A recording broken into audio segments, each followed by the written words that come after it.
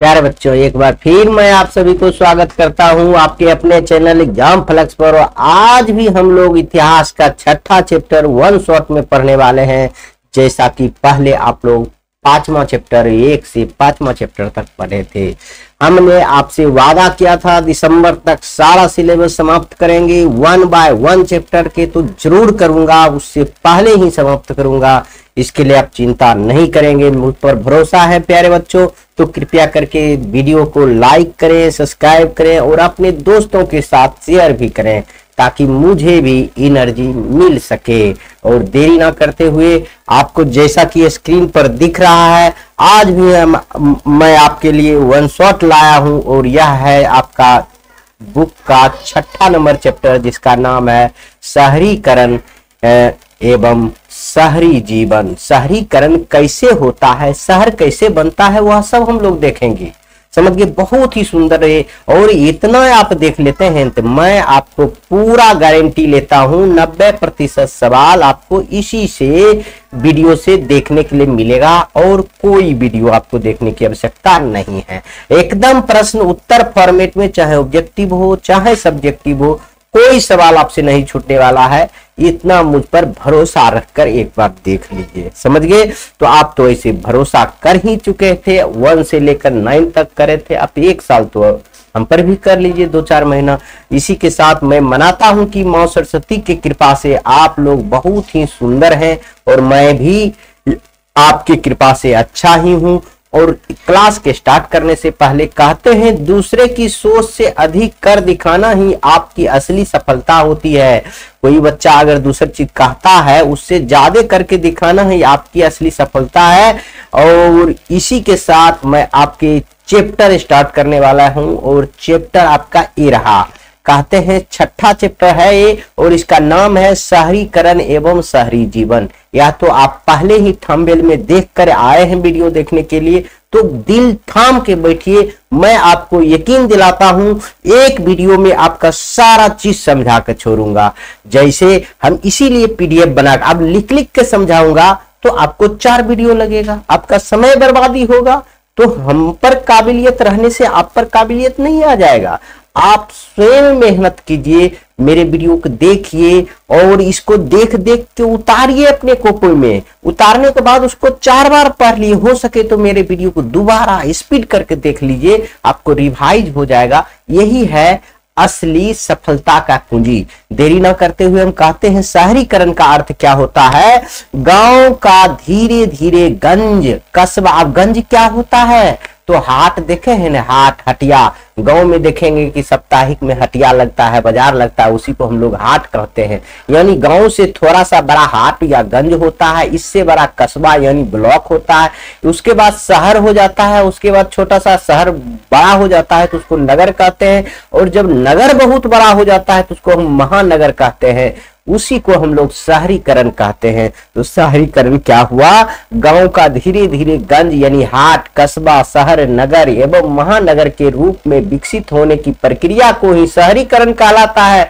जहां गैर कृषि कार्य एवं व्यापार वाणिज्य होता है, जहां गैर मतलब कृषिकरण कार्य नहीं होता है, कृषि कार्य नहीं होता। कभी देखे हैं शहर में गेहूं लगाए हुए? नहीं, वहां सिर्फ व्यापार होता है और उत्पाद होता है। व्यापार और उत्पाद होता है। उत्पाद मतलब कोई फैक्ट्री लगा हुआ रहता है तो चप्पल, जूता, शर्ट, साड़ी, मखमल, जो भी आपका निर्माण का कार्य है वहां पर शहर में किया जाता है, ना कि कृषि कार्य। इसीलिए लिखा गया है गैर कृषि बना कृषि के कार्य को ही शहरीकरण हम लोग कहते हैं। यह बात भी आप समझ गए। सबसे छोटा गांव होता है, उसके बाद हाट होता है, उसके बाद कस्बा अंचल होता है, शहर, नगर और महानगर होता है। देखिए, आपकी नगर की बात करें तो अपना पटना नगर है, लखनऊ, भोपाल इत्यादि बहुत सा नगर है। और महानगर की बात करें तो जहां जहां मेट्रो स्टेशन है, मेट्रो चल रहा है, उसको हम महानगर कहेंगे। दिल्ली, मुंबई, कोलकाता, चेन्नई, यह सब जगह। अब पटना में भी मेट्रो आ रहा है,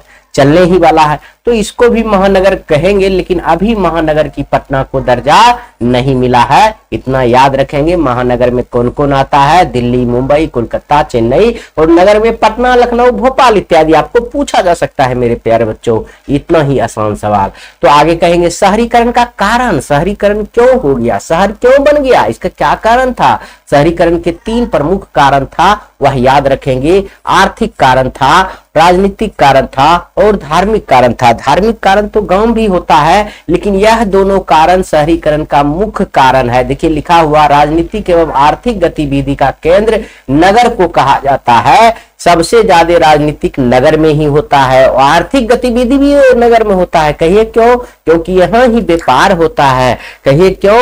यहाँ ही आपका कोई निर्माण का कार्य होता है, कोई फैक्ट्री लगा हुआ रहता है। गांव में ना के बराबर ही फैक्ट्री लगा हुआ रहता है मेरे प्यारे बच्चों। इसलिए शहरीकरण का मुख्य कारण यही है कि वहां राजनीतिक करना है और गतिविधि, आर्थिक गतिविधि ज्यादा जोर शोर से होता है। यही है वो शहरीकरण का मुख्य कारण है। तो हम अब गांव और शहर में अंतर भी देख लेंगे। ये आपका मोस्ट VVI सवाल है। तो मेरे प्यारे बच्चों यह भी आप देखेंगे, गांव और शहर में अंतर। गांव और शहर में हम लोग अंतर देखेंगे।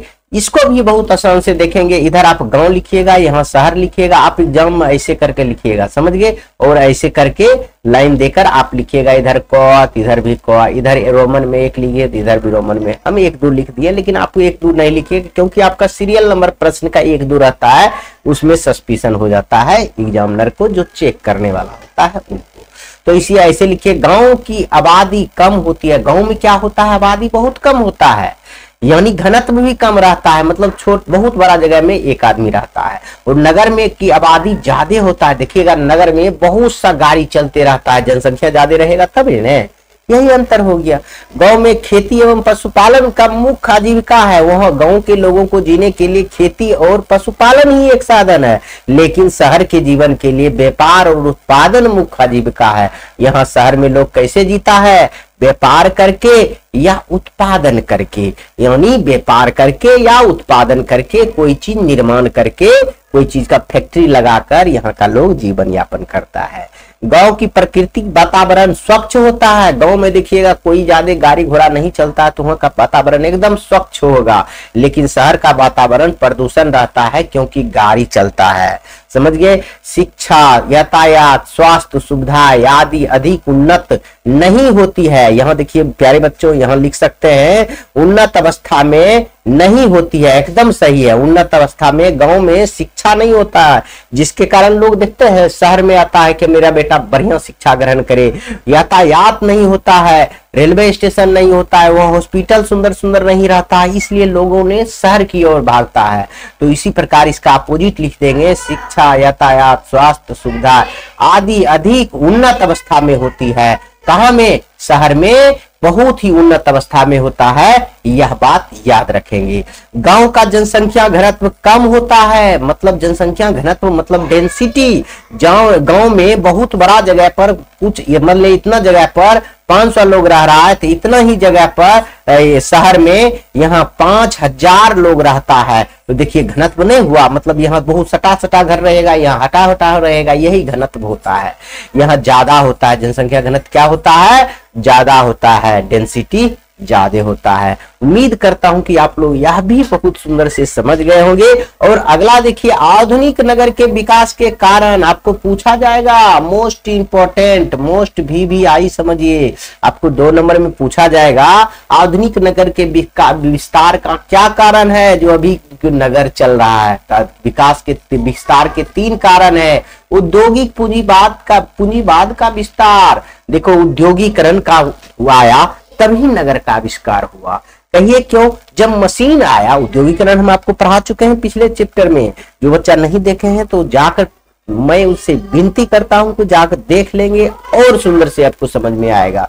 उद्योगीकरण जो विस्तार हुआ, इसलिए शहर आधुनिक शहर बना। समझ गए? क्योंकि नई नई मशीन आया, तकनीक आया, क्या कहते हैं, वहां व्यापारी बहुत सुंदर होने लगा, विनिर्माण होने लगा, कोई भी चीज निर्माण होने लगा। समझ गए? फैक्ट्री बनाया गया, इसीलिए आधुनिक नगर का विकास हुआ। पहला कारण ये हो गया। उपनिवेशवाद का विकास। आप बहुत देखेंगे गुलाम बना लिया था उपनिवेशवाद। आप समझ समझ रहे हैं, जो बड़े देश छोटे देश पर गुलाम करके व्यापार करता है, तो वह शहर का केंद्र बनता जा रहा था। लोकतांत्रिक मूल्य का आदर्श, लोकतांत्रिक मूल्य का आदर्श कहने का मतलब है जो जिस देश में लोकतांत्रिक देश है उस देश में दूसरा देश भी आकर चाहता है कि यहाँ पर हम व्यापार करें, क्योंकि वहां सभी के लिए कानून बराबर होता है। कानून क्या होता है? बराबर होता है। इसलिए दूसरा देश से भी लोग आकर व्यापार करना चाहता है। ये 3 मुख्य कारण है, याद रखेंगे। आधुनिक नगर के विस्तार के मुख्य कारण आप लोग याद रखेंगे। 300 ईसा पूर्व में कुछ नदी घाटी में शहर का विकास हुआ। जैसे 300 ईसा पूर्व कह रहा है, ईसा मसीह के जन्म से पहले, यानी आज से 5000 वर्ष पहले। अभी 2000 ईस्वी चल रहा है और 3000 पहले कह रहा है, तो ईसा मसीह के जन्म के बाद 2000 अभी आपका चल रहा है 2025, और उसके बाद 3000 पहले है, तो 5000 वर्ष पहले नदी घाटी में शहर का विकास हुआ। वो कहाँ हुआ था? सबसे पहले सुमेर, मोसोपोटामिया यानी इराक, जहां उर एक गांव का नाम है, वहां पर जाकर यह पहली शहर का विकास हुआ था। यह सब शहरी व्यवस्था था। इस गांव में मोसोपोटामिया, सुमेर, इराक में जो है, यह मोसोपोटामिया की सभ्यता कहिए और सुमेर की सभ्यता कहिए, यह कहाँ है? इराक में है। यहाँ शहरी व्यवस्था था। सबसे पहले नदी घाटी पर इसका विकास हुआ था, याद रखेंगे। भारत में शहर सबसे पहले कब विकास हुआ था? तो हड़प्पा सभ्यता, यानी जिसको हम सिंधु घाटी सभ्यता भी कहते हैं, यहाँ पर भारत में सबसे पहले क्या कहते हैं? शहर का विकास हुआ था। आधुनिक विस्तार भारत और पाकिस्तान तक था। यह हड़प्पा और सभ्यता का विस्तार भारत और पाकिस्तान दोनों में था। आगे चलकर आप लोग पढ़ेंगे हड़प्पा सभ्यता के बारे में, उसकी खोज किसने किया, वहां कौन कौन सी गांव मिला है, जैसे कालीबंगा, मोहनजोदारो, ये सब वहां से मिला गया है। समझ गए? उसी का शहर है, शहरीकरण का है। पहला भारत में वैसा साक्ष्य मिला है। अब कैसे समाप्त हो गया वो शहरी व्यवस्था, यह हम नहीं कह सकते हैं। माना जाता है कि वो, अब आगे क्लास में चलिएगा तो इसको विस्तार में आपको पढ़ाया जाएगा। अभी हम ज्यादा विस्तार में नहीं जाएंगे, यहीं पर रहने देते। देखिए, प्रमुख शहर जो था, किसका प्रमुख शहर था? इसी का, किसका? हड़प्पा सभ्यता यानी सिंधु घाटी सभ्यता का प्रमुख शहर की बात करें तो हड़प्पा और मोहनजोदड़ो था, सबसे इंपॉर्टेंट शहर था। उसके बाद भी और देखिए कुछ इंपॉर्टेंट चीज, रोम और यूनान में भी प्राचीन नगर का विस्तार हुआ था। रोम और यूनान में भी प्राचीन नगर का विस्तार हुआ था, याद रखेंगे। दुर्गाचरण राय ने आधुनिक शहर का विशालतम एवं भव्यता का वर्णन देव गानेर मारते आगमन नामक पुस्तक में किया था। ये दुर्गाचरण राय नाम का एक व्यक्ति था, उन्होंने आधुनिक शहर का विशालतम प्रकट किया वो अपने बुक, कौन सा बुक में? देवनागेर मारते आगमन में। इनका बुक का नाम है, यह भी याद रखेंगे। और इसमें आधुनिक शहर का विशालतम भव्यता का प्रकट किया था, उसमें लिखा है आधुनिक शहर कैसा था। समझ गए? सर्वप्रथम औद्योगिक क्रांति इंग्लैंड में हुआ, यह भी याद रखेंगे। तो पिछला चैप्टर का ही बात समझ लीजिए, लेकिन याद कर लेंगे कि सर्वप्रथम औद्योगिक क्रांति कहाँ हुआ? इंग्लैंड में हुआ, इसलिए वहां सबसे पहले शहरीकरण हुआ। समझ गए? पहला नगर कहाँ है? लंदन हुआ। सबसे पहला शहर कहाँ बना? लंदन, इंग्लैंड का है। समझ गए? और यह भी याद रखेंगे 1750 ईस्वी में आसपास। देखिए, हम जो बता रहे हैं आपके 2 नंबर और 1 नंबर का सारा सवाल है। आपको हम क्वेश्चन भी बताएंगे, लघुत्तरीय दीर्घोत्तरीय, लेकिन पहले पूरा चीज समझ जाइए। सिर्फ 1 नंबर 2 नंबर क्वेश्चन से आपको नहीं होगा। एग्जाम अगर अच्छे करना है, टॉपर बनना है, टॉपर की लिस्ट में आना है, तो पूरी बुक को बहुत अच्छा से रीड करके उसमें जितना भी फैक्ट हम निकाल के आपको दिए हैं वह सारा चीज आपको याद करना होगा। समझ गए? 1750 ईस्वी के आसपास लंदन में 6 लाख जनसंख्या थी। देखिए, 1750 में 6 लाख था, लेकिन 60 साल के बाद 1810 और 1880 तक लंदन की जनसंख्या कितना हो गया? 40 लाख हो गया। समझ लीजिए कितना बढ़ गया। एकाएक 6 गुना जनसंख्या बढ़ गया, लगभग 6-7 गुना जनसंख्या बढ़ गया, लगभग 100 वर्ष के अंतराल में। 100 वर्ष का अंतर न है, लेकिन यहाँ 6 गुना जनसंख्या बढ़ गया। याद रखेंगे आप लोग प्यारे बच्चों, पूछा जाएगा। अगला देखेंगे घटना 18वीं और 19वीं शताब्दी की बात है।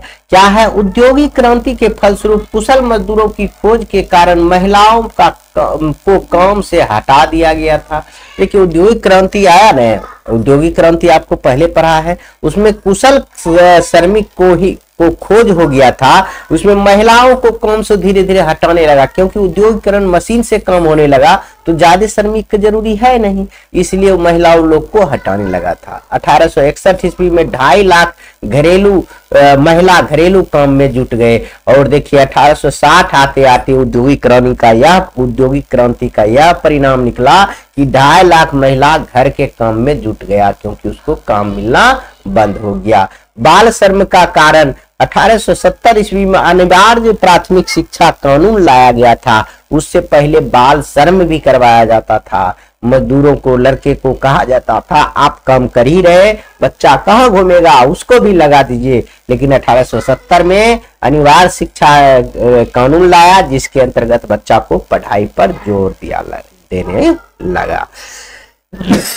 सॉरी बच्चों, 1902 में बाल श्रम निषेध कानून लाया, जिसमें फैक्ट्री कानून भी लाया कि बच्चा को श्रम नहीं कराना है और अनिवार्य शिक्षा उसको देना है। फैक्ट्री कानून 12 वर्ष से कम आयु के बच्चे का कल कारखानों में काम नहीं कराया जाएगा, यह भी कानून लाया गया था। बहुत अच्छा लगेगा था, बच्चा को पढ़ना चाहिए। आगे हम देखेंगे रेन बसेरा। अब रेन बसेरा क्या होता है, जहां बहुत कम जगह में लोग, गरीब लोग रहते हैं, सड़क के किनारे झुग्गी झोपड़ी, उसी को रेन बसेरा कहते हैं। वह स्थान जहां रहकर सुख से रात बिताई जाती हो, लेकिन रेन बसेरा में भीड़ बहुत ज्यादा होता है। सुख से रात कौन बिताता था यहाँ, मजदूर लोग, जो फैक्ट्री में काम करता था वह लोग, समझ गए। यह चीज आप लोग बहुत भली भांति से याद रखेंगे। मजदूर लोग रोड किनारे गुजर बसर करने लगे जब औद्योगिक क्रांति आया तब, समझ गए। रेन बसेरा क्या है आप बहुत भली भांति से समझ गए। वह स्थान जहां रहकर सुख से रात मजदूर गुजारते थे और वहां पर बहुत भीड़ होता था, उसी को हम लोग रेन बसेरा कहते हैं। संयमता आंदोलन क्या है, इसमें शराबबंदी से संबंधित है। देखिए बहुत सुंदर से लिखा है संयमता आंदोलन क्या है, आप लोग याद कर लेंगे। 2 नंबर का ये मोस्ट इंपोर्टेंट क्वेश्चन है। ब्रिटेन और अमेरिका में एक मध्यम वर्ग के नेतृत्व में सामाजिक सुधार आंदोलन, जिसका औद्योगिक उद्देश्य श्रमिक के बीच शराब कंपनियों को कम करना था।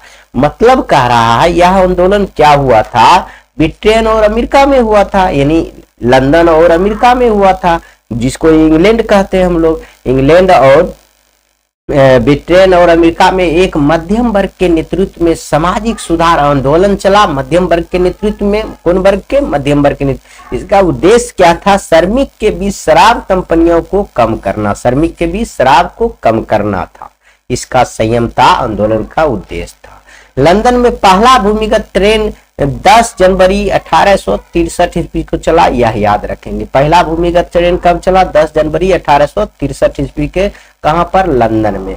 भारत में भी तो वही लोग सुधार किया चलाया था, वही लिखा गया है। भारत में सर्वप्रथम ट्रेन कब चली, उसका क्या नाम था, तब कहिएगा 16 अप्रैल 1853, 16 अप्रैल 1853 को चली और ब्लैक ब्यूटी नाम था। उस ट्रेन का नाम क्या था, ब्लैक ब्यूटी। या कहां से चला था, मुंबई से थाने चला था, मुंबई से थाने चला था, समझ गए। यह भी बात आप बहुत अच्छा से याद रखेंगे। देखिए 34 किलोमीटर चला था, यह भी लिखा हुआ, मुंबई से थाने कितना किलोमीटर है, 34 किलोमीटर है, यह भी आप लोग याद रखेंगे। बहुत सुंदर से यह बात आप याद रख सकते हैं। आगे हम लोग देखेंगे, क्या देखेंगे बताइए। इंग्लैंड में बढ़ते कल कारखानों और फैक्ट्री के कारण प्रदूषण की समस्या हुई। इंग्लैंड में कल कारखानों को बढ़ते के कारण फैक्ट्री प्रदूषण की क्या हो गई थी, समस्या हो गई, बहुत ज्यादा समस्या हो गई। लंदन में ग्रीन फेफरे के अंतर्गत खाली जगहों पर पेड़ पौधे लगाने लगे थे। जब वहां प्रदूषण बढ़ने लगा था तो वहां लंदन सरकार ने एक योजना निकाला ग्रीन फेफरे के अंतर्गत खाली जगह पर पेड़ पौधा लगाने से, क्योंकि फैक्ट्री ज्यादा होगा तो प्रदूषण होगा, तो उसको उपाय करवे नहीं करेगा सरकार, तो वही किया है उपाय। औद्योगिकरण के कारण पूंजीपति वर्ग और श्रमिक वर्ग का उदय हुआ, उद्योगीकरण हुआ न, जैसे मशीनी युग आया, उसी में पूंजीपति वर्ग और श्रमिक वर्ग ज्यादा हो गया। समझ गए? पहले तो उद्योग था नहीं, लोग अपना अपना काम करके कैसो ही जीवन व्यतीत करता था, इसीलिए न श्रमिक जो उद्योग लगाता था उसको पूंजीपति वर्ग कहेंगे, जो काम करता था उसमें श्रमिक वर्ग में उदय हो गया।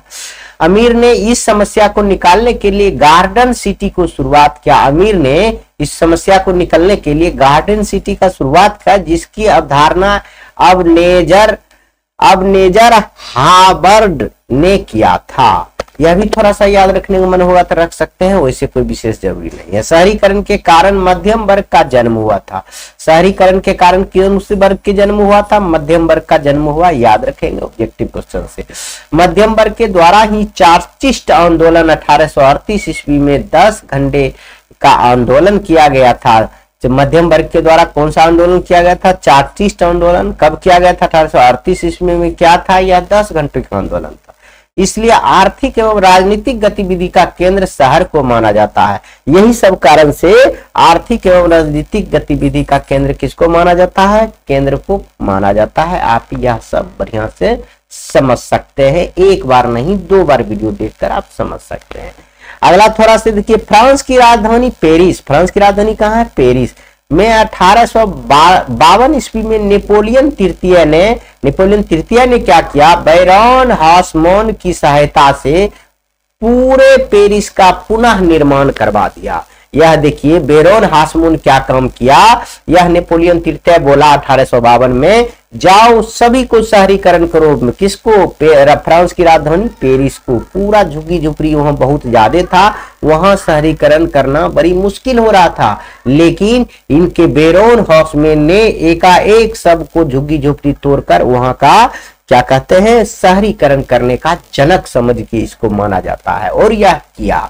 बैरन हासमोन ने फ्रांस की प्रसिद्ध वास्तुकार था। यह क्या था? वास्तुकार था, जिसे नेपोलियन तृतीय ने पेरिस में नए पार्क, सड़कें, भवन एवं बड़े पैमाने पर अन्य सार्वजनिक कार्य को करने के लिए नियुक्त किया गया था। इसको कौन नियुक्त किया था? बैरन हासमोन को नेपोलियन तृतीय ने नियुक्त किया था कि तू जो है इसको शहर में तब्दील करो। किसको? पेरिस को। और उन्होंने किया।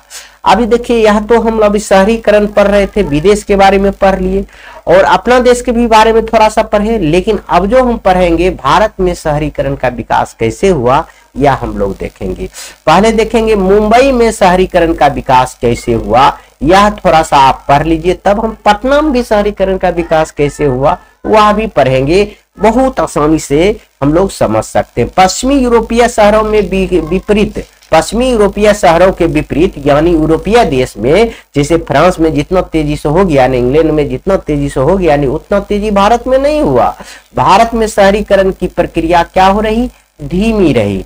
20वीं शताब्दी के शुरुआत में केवल 1% लोग शहरों में रहते थे। 20वीं सदी के शुरुआत में, यानी 1900 से 1999 तक हम कह सकते हैं बहुत कम लोग शहरों में रहते थे भारत में। समझ गए?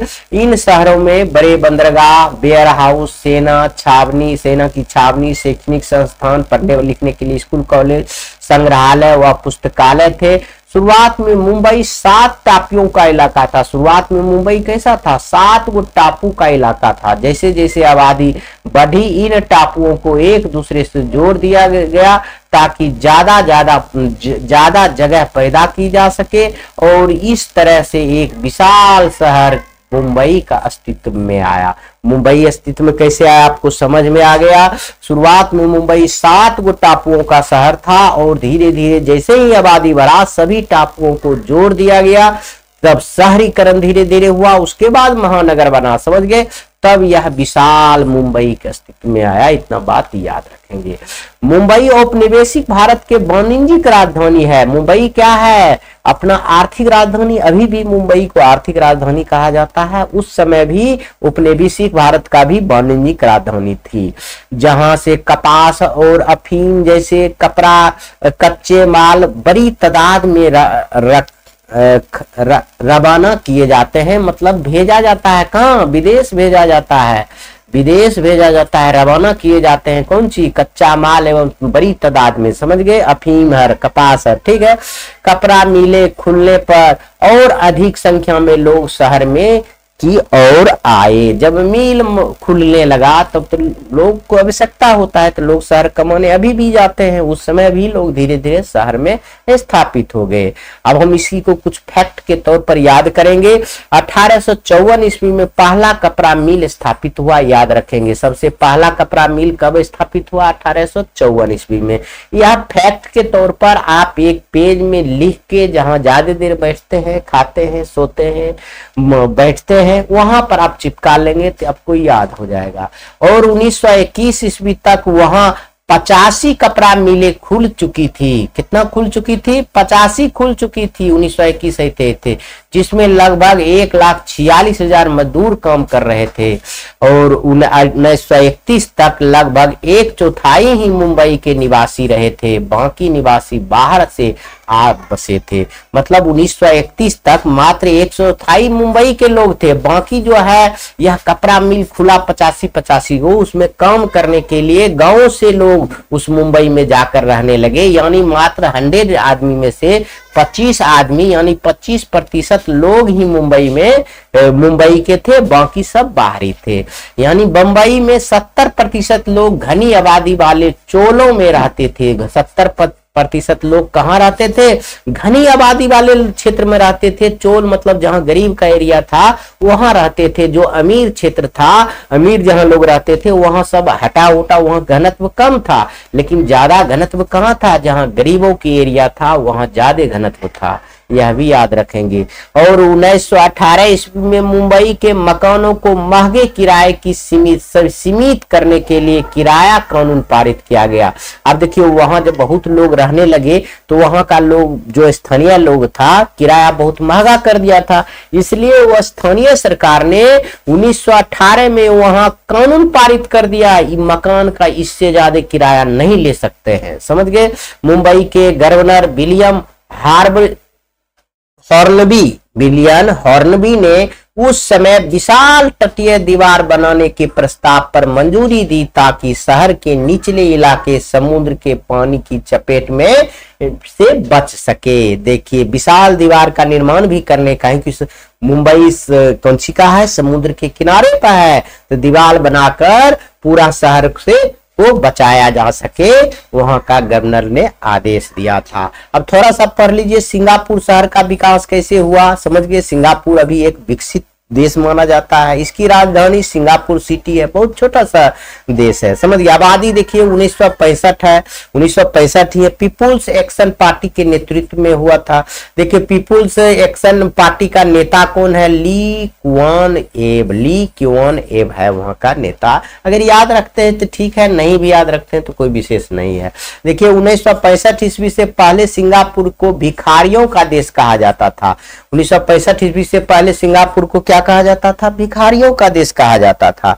लेकिन सिंगापुर ने समुद्र को विकसित कर लिया और भव्य एवं आकर्षण सिंगापुर का विकास कर लिया। अभी जाकर देखिए, सबसे अमीर देशों में गिनती उसका आता है। अब हम लोग पढ़ लेंगे पटना का विकास। जो बच्चा पढ़े हैं पाटलिपुत्र वैभवम, संस्कृत का चैप्टर में हम बहुत सुंदर से बताए हैं, वह जान रहे हैं तो आप पटना का विकास बहुत अच्छा से समझ सकते हैं। सेम टू सेम लिखा हुआ है। देखिए, कुछ एक्स्ट्रा चीज होगा लेकिन बहुत कुछ वही मिलेगा आपको। देखिए, प्राचीन काल में पाटलिपुत्र का नाम से व्याख्या, देखिए प्राचीन काल में पटना किस नाम से व्याख्यात था? पाटलिपुत्र के नाम से व्याख्यात था। यह एक महानगर था। इसकी स्थापना 6वीं शताब्दी ईसा पूर्व में मगध के शासक अजातशत्रु के द्वारा एक सैनिक शिविर के रूप में की गई थी। यह मगध साम्राज्य की क्या थी? राजधानी थी। मौर्यकालीन राज प्रसाद के अवशेष दक्षिण पटना में स्थित कुम्हरार से प्राप्त हुए हैं। यह सब इंपॉर्टेंट है। कहेगा मौर्यकालीन राजा प्रसाद का अवशेष कहां से मिला है? दक्षिण पटना के स्थित कुम्हरार से मिला है। याद रखेंगे, आगे चल के भी आपको याद करना होगा। जब नौकरी करने जाइएगा तो इसको याद करना होगा। इस नगर के प्रशासन और जीवन के अनेक पहलुओं की विस्तृत चर्चा मेगास्थनीज की रचना इंडिका में उपलब्ध है। यह व्यक्ति चंद्रगुप्त के दरबार में दूत के रूप में आया था। ये सब हम आपको संस्कृत के में बताए हैं, बहुत सुंदर था, वह भी आप जाकर देख लेंगे। वीडियो पड़ा हुआ है, 1 बाय 1 चैप्टर आपका संस्कृत का पड़ा हुआ है, जाकर देख सकते हैं। इसके विशाल भवनों के वैभव और सौंदर्य की चर्चा चीनी यात्री फाहियान ने भी की। पटना का और कौन वर्णन किया है? चीनी यात्री फाहियान भी वैभव के मतलब उसकी सुंदरता की वर्णन किया है। यह नगर पूर्व मध्य काल में पतनशील अवस्था में आ गई थी, लेकिन मध्य काल में क्या हुआ था? पतनशील अवस्था में आ गया था। मध्य युग में इस नगर के गौरव को सुप्रसिद्ध अफगान शासक शेरशाह सूरी ने पुनर्स्थापित किया, फिर से स्थापित किया। शेरशाह सूरी जो सासाराम में रहते थे, जिसका मुख्यालय सासाराम है। अकबर के शासन काल में यह नगर एक प्रमुख व्यापारिक केंद्र बन चुका था। 17वीं से 18वीं शताब्दी में इस नगर की आबादी 3 लाख से अधिक बताई जाती है। इसी नगर में 1666 ईस्वी में सिखों के 10वें और अंतिम गुरु गुरु गोविंद सिंह जी की जन्म हुआ था, जिस कारण से यह नगर एक महत्वपूर्ण धार्मिक स्थल भी माना जाता है। 18वीं शताब्दी के प्रारंभ में मुगल राजकुमार आजिमो शाह ने इस नगर का नव निर्माण कराया और उसे आजिमाबाद नाम दिया गया। उस समय इस नगर का पुनर्निर्माण पर लगभग 1 करोड़ रुपए का व्यय हुआ था। समझ गए? आजिमू शान ने अपने नाम पर उन्हें आजिमाबाद दे दिया। यह सारा चीज हम आपको संस्कृत में बताए हुए हैं। अभी संस्कृत और इस इतिहास से आप रिलेट करेंगे तो बहुत सुंदर से आपको समझ में आ जाएगा। वहां भी आप लोग समझ जाइएगा, बहुत सुंदर से वह चैप्टर हम बताए हैं, जाके एक बार पढ़ लेंगे, संस्कृत भी आपको अच्छा हो जाएगा।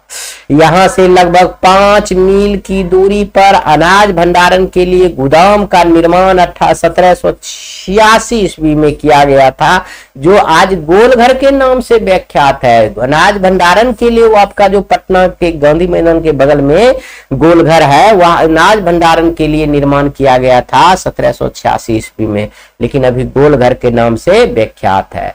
1911 ईस्वी में दिल्ली दरबार में बिहार का अलग राज्य के रूप दे दिया गया और 1912 ईस्वी में बिहार एवं उड़ीसा को बंगाल से पृथक कर राज्य का दर्जा प्राप्त हुआ और पटना इसकी राजधानी बनी। पटना इसकी राजधानी बनी 1912 ईस्वी में। आप इसको भी बहुत सुंदर से आप कहिएगा कि मेरे प्यारे बच्चों सर आप खाली डेटे बताते हैं। भैया इतिहास है तो डेट तो आपको देखना ही पड़ेगा, कुछ तो इसमें याद करना होगी। अब मैं आपको 1 घंटा से ट्रिक बताते रहे, भैया ट्रिक होता है, जड़ मजबूत कीजिए, इसको लिखिए, पढ़िए, बार बार लिखिए, बार बार वीडियो देखिए, कैसे नहीं याद होगा? आदमी से वर्क है, दिल दिमाग रख के देखिए, बहुत जल्दी से हो जाएगा। ऐसा नहीं है कि नहीं होगा। और वर्तमान के बारे में हम लोग लिख लेते हैं। वर्तमान पटना की राजधानी 12 लाख से अधिक है और इसका क्षेत्र 250 वर्ग किलोमीटर है। कोलकाता के बाद यह पूर्वी भारत का सबसे बड़ा नगर है और आबादी के घनत्व के दृष्टिकोण से भारत का 14वीं सर्वाधिक आबादी वाला नगर है। आपका यह पूरा चैप्टर समाप्त होता है, लेकिन हम समाप्त करेंगे नहीं। हम इसमें जो क्वेश्चन बनता है वह सब क्वेश्चन के फॉर्मेट में बताए हैं, लेकिन अब हम क्वेश्चन आंसर के फॉर्मेट में अलग से लाए हैं आपको कि आप इसको भी देख लीजिए। लघु उत्तरीय प्रश्न, दीर्घ उत्तरीय प्रश्न सब हम लोग देखेंगे बहुत ही लाजवाब तरीके से। समझ गए? तो इसको देखेंगे। पहला क्वेश्चन है कि श्रमिक वर्ग का आगमन शहरों में किस परिस्थिति के अंतर्गत हुआ था? Most important, most VVI question समझिए। श्रमिक वर्ग यानी मजदूर वर्ग कैसे शहर में और किस परिस्थिति के अंतर्गत आया था, अंतर्गत हुआ था? आगमन शहर में मजदूरों को किस परिस्थिति में आगमन हुआ, आना पड़ा, यह आपको लिखना है। बहुत सुंदर से आप लिख सकते हैं। कैसे लिख सकते हैं? देखिए, शहरों में जहां एक और पूंजीपति वर्ग का उदय हुआ था, मतलब पूंजीपति मतलब उद्योगपति यानी उद्योग लगाने वाला, तो दूसरी ओर श्रमिक वर्ग का भी समझिए। शहरों में फैक्ट्री प्रणाली के कारण कृषक वर्ग जो लगभग भूमिहीन वर्ग के रूप में थे, शहरों की और बेहतर रोजगार के अवसर को देखते हुए भारी संख्या में पलायन मतलब जाए गए करने लगे। पलायन मतलब घर छोड़कर शहर जाने लगे। इस तरह शहरों में रोजगार की अपार संभावना को देखते हुए गांव से श्रमिक वर्ग का आगमन शहरों की ओर हुआ। कितना सटीक और सुंदर आंसर है। अगर आप भी पढ़ लीजिएगा ने तो एक बार में आंसर दे सकते हैं। कोई कठिन शब्द है कुछ नहीं। आपका एक पलायन है। पलायन मतलब होता है अपना घर छोड़कर दूसरे जगह कमाने के लिए जाना, कोई अवसर प्राप्त करने के लिए जाना। समझ गए। दूसरा क्वेश्चन आइए, समाज में वर्गीकरण ग्रामीण एवं नगरीय क्षेत्रों में किस भिन्नता के आधार पर किया गया है। समाज में किस आधार पर वर्गीकरण मतलब बांटा, ग्रामीण और नगरीय क्षेत्रों को किस आधार पर बांटा है यह भी देख लीजिए। गांव एवं शहर में सामाजिक वर्गीकरण मुख्यतः व्यवसाय में भिन्नता के आधार पर किया गया है। कौन सी के? व्यापार व्यवसाय में। ग्रामीण आबादी का एक बहुत बड़ा भाग मुख्यतः कृषि क्रियाकलाप से संबंध होता है। इसके विपरीत शहरी आबादी मुख्यतः गैर कृषि व्यवसाय, नौकरी, उद्योग तथा व्यापार से संलग्न होता है। यही तो अंतर है दोनों में, शहर और गांव में। बहुत अच्छा से अंतर लिख दीजिएगा। फिर देखिए नीचा में हम अंतर अलग अलग ही लिख दिए। ग्रामीण तथा नगरीय जीवन के बीच भिन्नता को स्पष्ट करें। मतलब गांव और नगर में कैसी कैसी जीवन रहता है उसका अंतर लिखना है। तो आप ग्रामीण जीवन और नगरीय जीवन यह हम बताए हुए हैं, फिर से बता देते हैं आपको।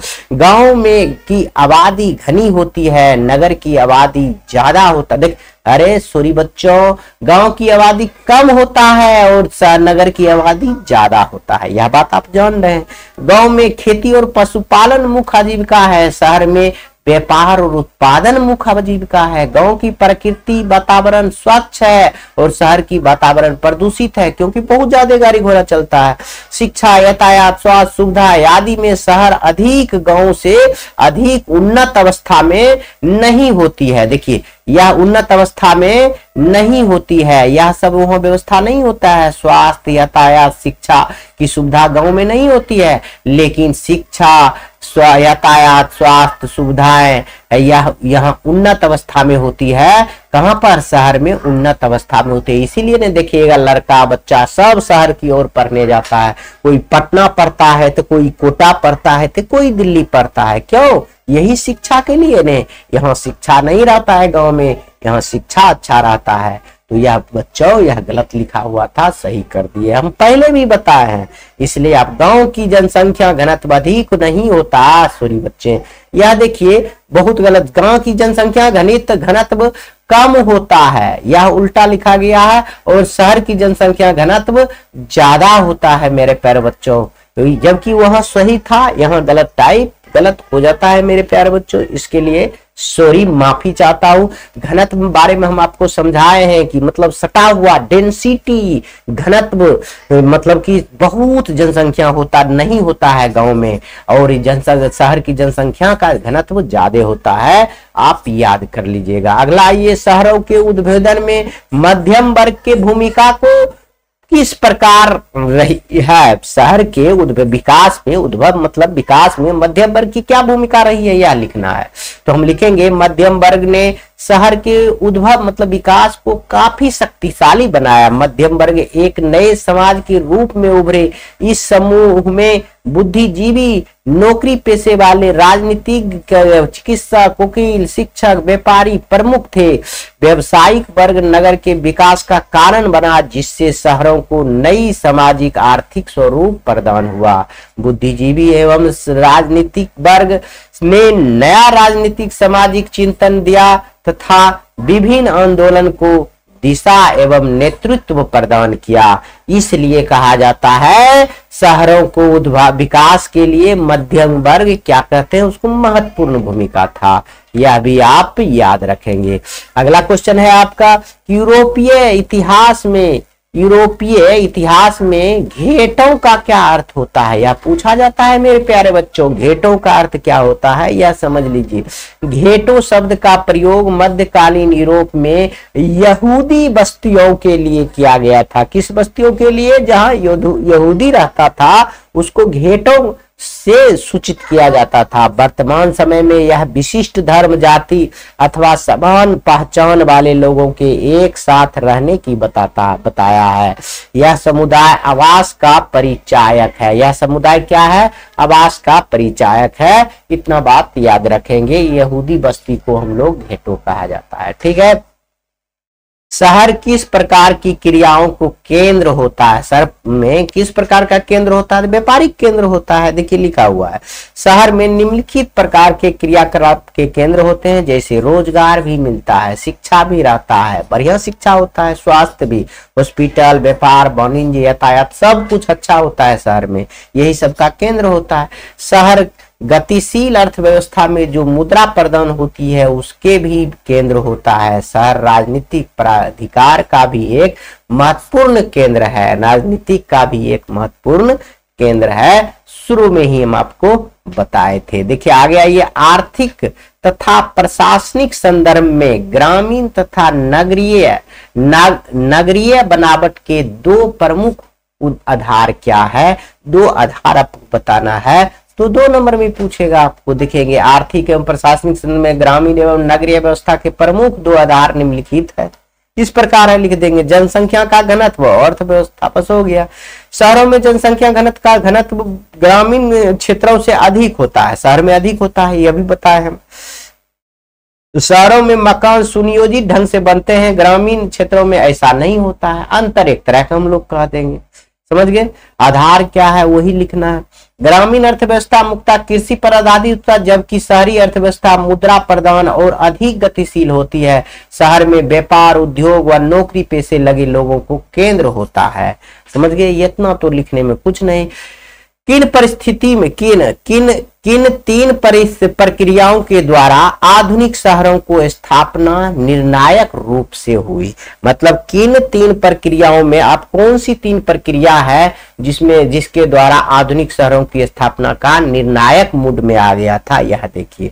जिन 3 ऐतिहासिक प्रक्रियाओं के ने आधुनिक शहरों की स्थापना में निर्णायक भूमिका निभाई है वे निम्नलिखित है। औद्योगिक पूंजीपति का विस्तार, उपनिवेशिकवाद का विकास, लोकतांत्रिक मूल्यों का आदर। यह हम पहले भी बताए थे कि वो शहरों के निर्माण में क्या है प्रमुख कारण, तो यही तीनों कारण था। आपको यह क्वेश्चन पूछे चाहे प्रमुख कारण पूछे तो भी आपको यही जवाब देना है। आगे आइए, हम लोग देखते हैं अब कितना स्लाइड बचा है, देख लेते हैं। थोड़ा देर का ही क्लास होगा, ज्यादा देर का नहीं है। मात्र आपका 36 स्लाइड टोटल मिला का है और बहुत 26 में आ गया। मात्र 10 क्वेश्चन आपका बचा हुआ है, उसके बाद यह पूरी तरह से समाप्त हो जाएगा। चैप्टर तो समाप्त हो चुका है, मैं आपका क्वेश्चन आंसर करवा रहा हूँ और मैं आपसे गारंटी लेता हूं कि जो भी चैप्टर हम पढ़ाता हूं उसके अलावा आपको नहीं पढ़ना है। 90% आपको यहीं से मिलेगा। आपको बनाना कितना है भैया? 50% तो बनाना ही है। आपका सब क्वेश्चन डबल रहता है। समझ गए? नगरीय जीवन में आधुनिकता एक दूसरे से अभिन्न रूप से कैसे जुड़े हैं? आधुनिकता एक दूसरे से अभिन्न रूप से कैसे जुड़े हैं यह बताना है। तो सामाजिक जीवन में आधुनिकता के साथ विभिन्न रूपों में से जुड़े हैं। विभिन्न रूपों से क्या हुआ है? जुड़े जा सकते हैं। वास्तव में नगरीय जीवन एक आधुनिकता एक दूसरे के अभिन्न रूप है। शहरों में आधुनिक व्यक्ति का प्रभाव क्षेत्रों माना जाता है। शहर व्यक्ति के संतुष्ट करने के लिए अनेक संभावनाएं प्रदान करती है। आधुनिकीकरण ने नगरीय जीवन को काफी हद तक प्रभावित किया। आधुनिकीकरण ने नगरीय जीवन में क्या किया? काफी हद तक प्रभावित किया है।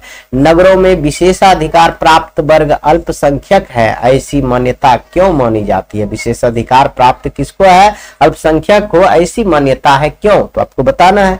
विशेषाधिकार प्राप्त वे वर्ग होते हैं जो सामाजिक तथा आर्थिक दृष्टि से सर्व संपन्न होते हैं। यह बात सही है कि नगरों में सामाजिक एवं आर्थिक विशेषाधिकार प्राप्त वर्ग सीमित है, अतः इसे अल्पसंख्यक कहा जाता है।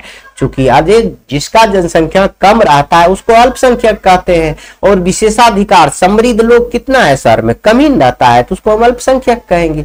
चूंकि यह वर्ग सुविधा संपन्न होता है, जो सुविधा संपन्न होता है, जो उद्योगपति होता है, वह तो कम ही होता है आपके शहर में, इसलिए ये पूर्ण रूपेण संतुष्ट जीवन जी सकते हैं। अधिकतर व्यक्ति जो शहरों में रहते हैं उनके साधन सीमित है तथा बाध्यताओं में सीमित रहने के कारण उनके सापेक्षित स्वतंत्रता प्राप्त नहीं होती है।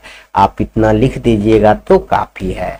नागरिक अधिकारों के प्रति एक नई चेतना किस प्रकार के आंदोलन या प्रयास से बने?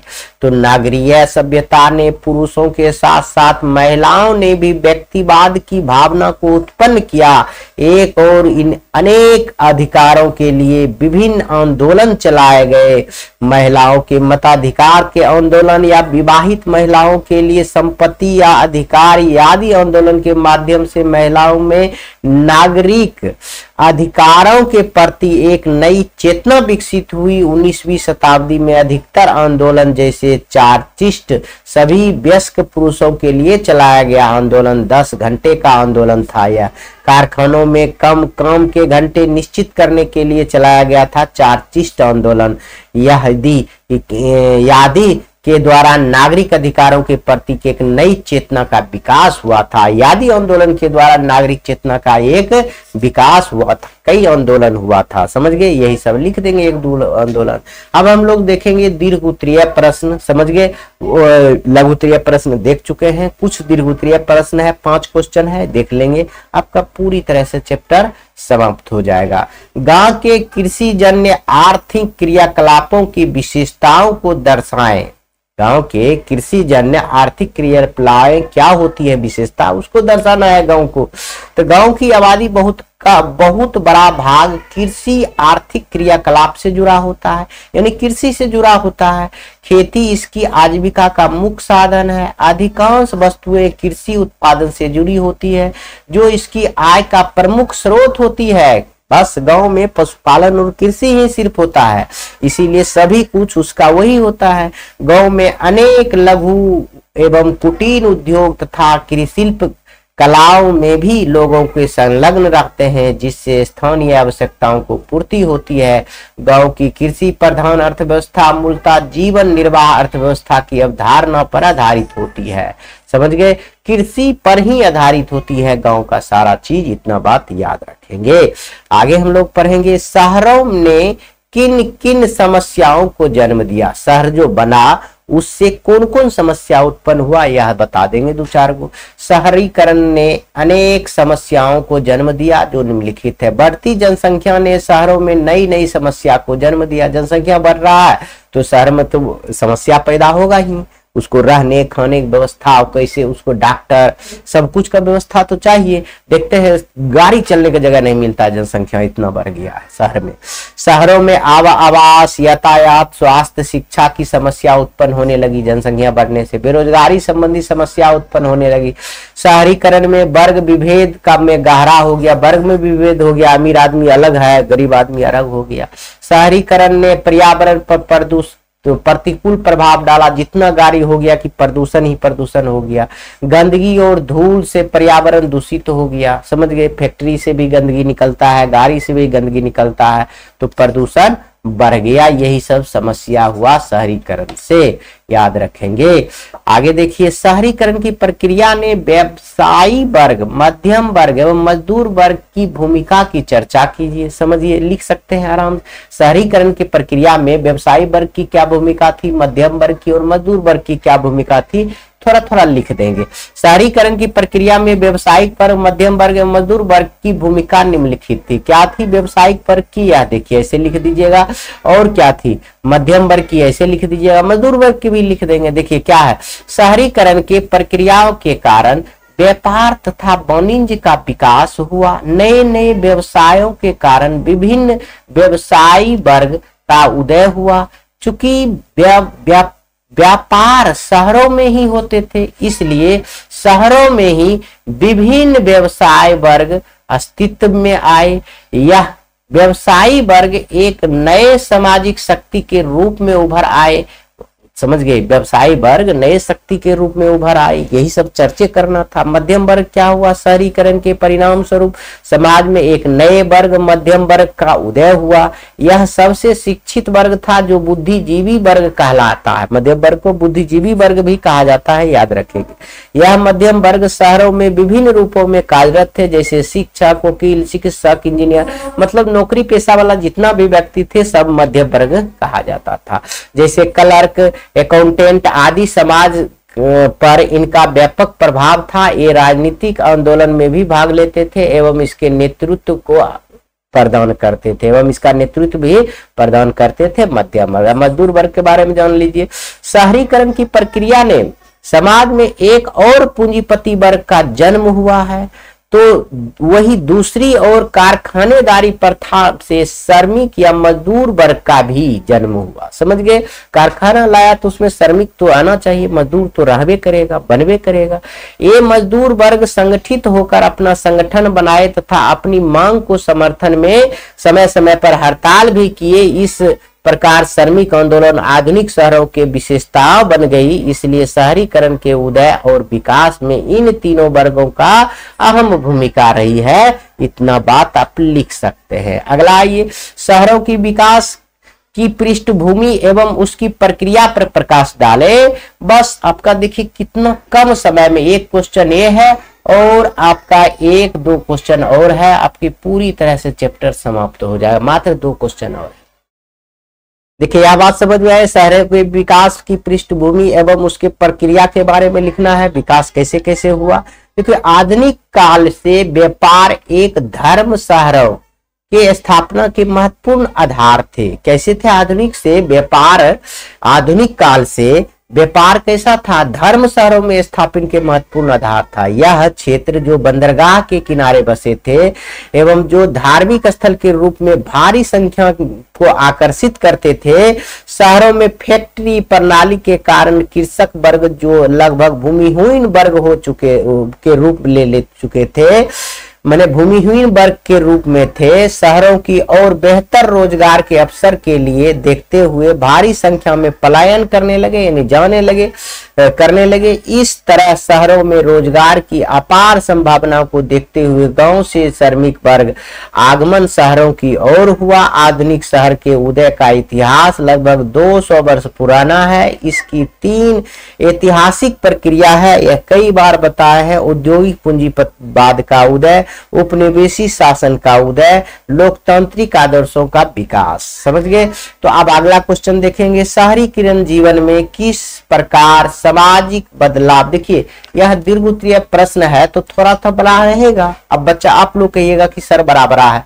अब भैया पढ़ लीजिए, समझ लीजिए और आप लिखने की कोशिश कीजिए, अपने आप से, अपने दिल से लिखने की कोशिश कीजिएगा, तब होगा।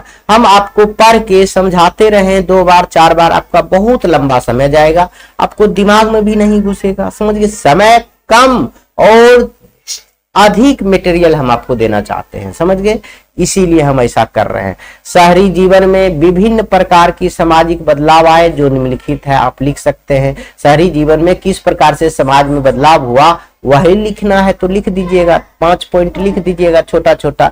कम स्थान में विभिन्न प्रकार के लोगों को रहने की पहचान की भावना बढ़ी। शहरीकरण के कारण शहर में नए सामाजिक समूह बने। ये समूह व्यावसायिक थे, जैसे बुद्धिमानी, नौकरी पेशा समूह, राजनीतिक, चिकित्सक, व्यापारी इत्यादि। व्यावसायिक वर्ग नगरों में उदय का एक प्रमुख कारण बना। समझ गए? शहरीकरण का, शहरीकरण के कारण ही समाज में मध्यम वर्ग का उदय हुआ। यह वर्ग पढ़ा लिखा था। इसके अधिकांश सदस्य या तो नौकरी पेशा से संबंधित थे अथवा स्वतंत्र व्यवसाय से में कार्यरत थे, जैसे वकील, डॉक्टर, लिपिक इत्यादि। समाज पर इसका व्यापक प्रभाव था। किसका? मध्यम वर्ग का। शहरीकरण के कारण समाज में पूंजीपति वर्ग का भी उदय हुआ। अपनी पूंजी के आधार पर ये उद्योगों को नियंत्रित करते थे, ये मजदूरों को शोषण करते थे। इसलिए धीरे धीरे इसके विरुद्ध मजदूर की प्रतिक्रिया हुई और मजदूर आंदोलन किए भी लिख सकते, मजदूर आंदोलन किए। तो शहरी जीवन में श्रमिकों के जीवन स्तर में काफी बदलाव लाए। कारखानों और उद्योगों में रोजगार की तलाश में गांव को आकार, बड़ी संख्या में भूमिगत किसान और मजदूरों को शहरों में बसने लगे थे। इतना लिख देंगे, काफी है। यह आपका अंतिम सवाल होगा। इसी के बाद आपका यह पूरा चैप्टर आपका समाप्त हो जाएगा। समझ गए? इसी के बाद आपका यह पूरा चैप्टर समाप्त हो जाएगा। देखिए, एक औपनिवेशिक शहर के रूप में मुंबई शहर के विकास की समीक्षा करें। बस अंतिम है। हम आपको यह बता चुके हैं, आप चाहिए तो पढ़ सकते हैं, लेकिन हम पढ़ सकते हैं। मुंबई 7 टापुओं का इलाका है, बता चुके हैं। जैसे जैसे आबादी बढ़ी, इन टापुओं को एक दूसरे से जोड़ दिया गया ताकि ज्यादा बड़ा जगह पैदा की जा सके और इस तरह से विशाल मुंबई शहर का अस्तित्व में आया। समझ गए? सभी 7 टापुओं को जोड़कर मुंबई औपनिवेशिक भारत का वाणिज्यिक राजधानी है, मतलब आर्थिक राजधानी है, जहां से कपास और अफीम जैसे कच्चे माल बड़ी तादाद में रवाना होता है, मतलब विदेश भेजा जाता है। कपड़ा मिलें खुलने पर और अधिक संख्या में लोगों इस शहर में की ओर आए। 1931 ईस्वी तक लगभग 1/4 ही बम्बई शहर के निवासी थे, बाकी निवासी बाहर से गांव से आकर बस गए थे। मुंबई शहर में 70% लोग धनी आबादी वाले चोलों में रहते थे। मुंबई के मकानों में महंगे किराए में सीमित करने के लिए किराया कानून भी पारित किया गया था। यह सब हम आपको बताया है, यहाँ क्वेश्चन आंसर में वही सब लिख सकते हैं आप। मुंबई के गवर्नर विलियम हार्नबी ने उस समय विशाल तटीय दीवार का निर्माण किया था। इसलिए किया था कि मुंबई समुद्र के किनारे था, तो वह पानी के चपेट से मुंबई शहर बच सके, इसलिए यह किया गया था। इसी क्वेश्चन के साथ यह पूरा चैप्टर आपका समाप्त होता है। मैं यह वीडियो भी समाप्त करता हूं। जय हिंद।